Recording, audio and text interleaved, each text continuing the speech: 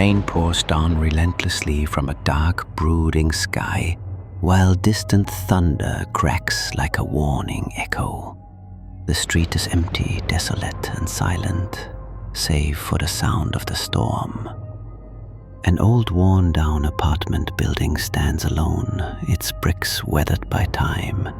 Slowly the camera pans upward toward a single lit window on the third floor, flickering softly like a beacon in the night. Inside, the dimly lit room is filled with unpacked boxes and scattered belongings. Julia, a woman in her 20s with tired, wandering eyes and a weary face, sinks into the old, creaky couch with a sigh of relief. Finally, some peace and quiet. As the words leave her lips, a faint creaking sound interrupts the silence, barely noticeable, almost easy to ignore.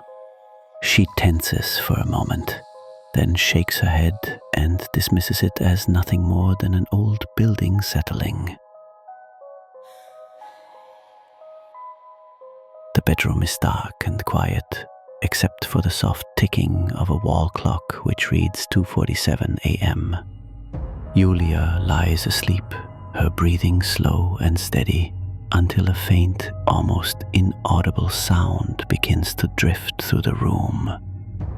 It's soft, eerie, like the distant sound of children laughing and whispering, not from outside, but from inside the very walls that surround her.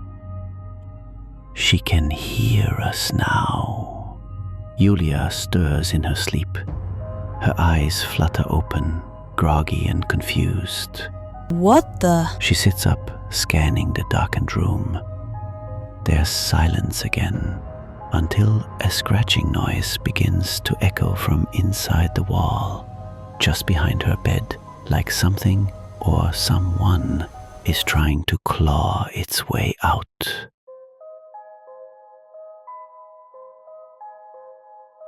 In the morning light, Julia sits on the couch, phone to her ear, her expression one of lingering unease as she speaks to her friend Lisa. I swear I heard whispering last night. Not just creaks and groans, actual voices, like children, from inside the walls. Jules, it's probably just the building settling. Old pipes, rats maybe, drafts. It's your first night alone. You're just spooked, that's all. Yeah, maybe. As she speaks, the camera slowly zooms in on a small floor vent near the corner of the room. Behind the slats, a dark shape flickers. Something moves, then vanishes. Later that night, Julia stands in front of the bathroom mirror, brushing her teeth, her face pale and drawn. The air feels heavy, still. Then suddenly, a faint giggle echoes from behind her, high-pitched and childlike, as if a child were playing nearby. Peek-a-boo. Julia freezes, toothbrush still in her mouth. She locks eyes with her reflection in the mirror, heart pounding. She turns around quickly, but there's nothing there. Silence. She leans forward to spit into the sink.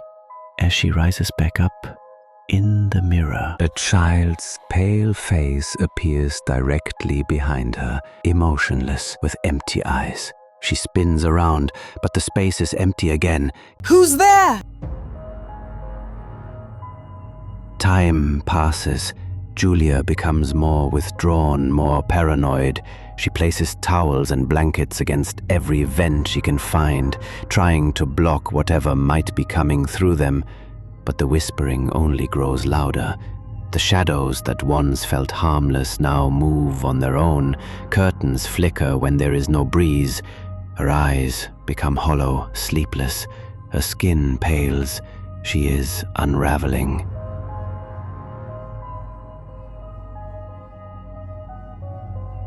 One night, with trembling hands, Julia takes a screwdriver and pries open the vent. Dust spills out, and inside she finds a tiny leather-bound diary, yellowed with age and covered in cobwebs. She opens it, the pages brittle under her fingers. We're still here. Mommy said not to talk to strangers, but we're lonely. The walls keep our voices now. Dated 1965. As she finishes reading, a sudden gust of icy wind rushes through the room. Every light in the apartment flickers. The whispers rise to a piercing chorus of screams. She heard us. She heard us.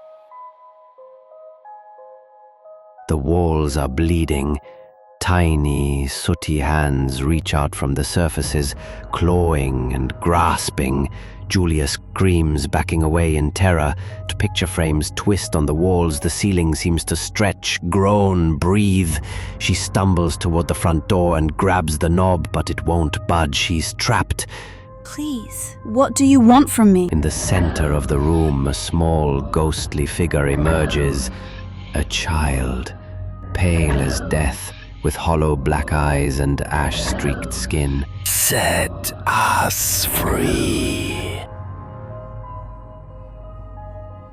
The next morning, the apartment door creaks open.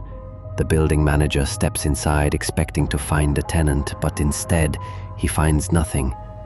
The apartment is empty, no sign of Julia. The only thing left behind is the small diary, lying open on the wooden floor. He bends down, picks it up, and flips through the pages, frowning to himself. Every time. Inside the vent, something shifts.